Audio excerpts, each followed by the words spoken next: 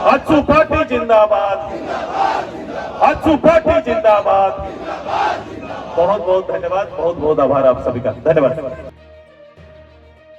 मुनिदीह भटिंडा में सोमवार को आजसू पार्टी द्वारा केंद्रीय सभा का आयोजन किया गया। सभा में मुख्य रूप से आजसू सुप्रीमो एवं पार्टी के केंद्रीय अध्यक्ष सुदेश महतो उपस्थित होकर सभा को संबोधित किया। केंद्रीय सभा ने का संचालन आजसू धनबाद जिला अध्यक्ष मंटू महतो ने किया।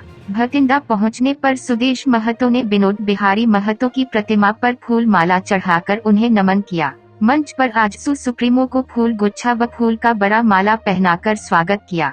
सभा देर शाम तक चली।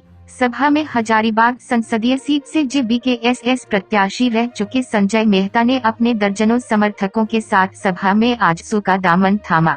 मौके पर झारखंड प्रदेश के जिला और प्रखंड से आए हजारों की संख्या में जनप्रतिनिधि और कार्यकर्ता मौजूद रहे।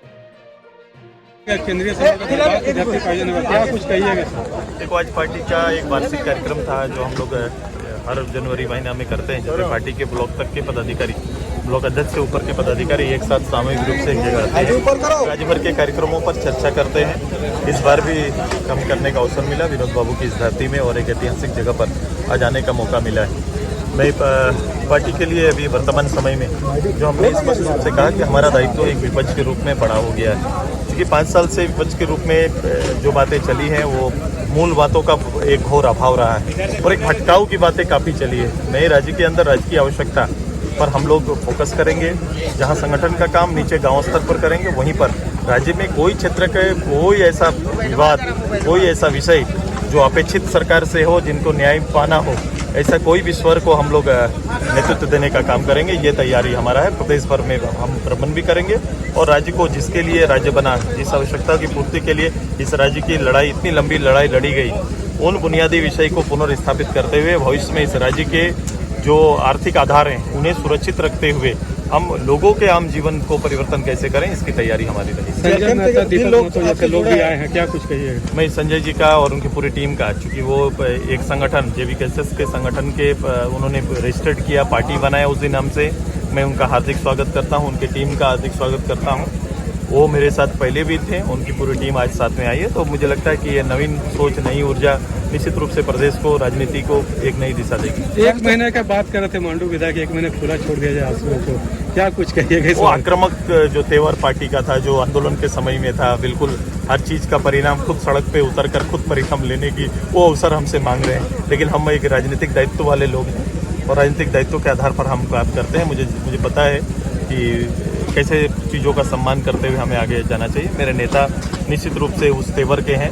हम लोग ने भी प्रत्यक्ष रूप से 15-20 साल उसी तेवर से आए, तो कभी न्याय ना होता हुआ देख के ऐसे प्रतीत होता है कि खुद से लड़ के लेना पड़ेगा और जो भ्रांतियाँ फैलाई जाती है उस पर रिएक्शन भी होता है। तो ये उनका अपना तेवर है, तो तिवारी जी अपने तेवर में रहेंगे।